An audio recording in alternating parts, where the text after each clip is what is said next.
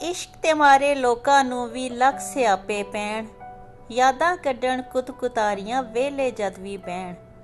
दिल नमाणा किते ना लगे जिंद वखरी बेचैन, लोकां यारां तों वी नित नित रुस रुस के ओ बैण।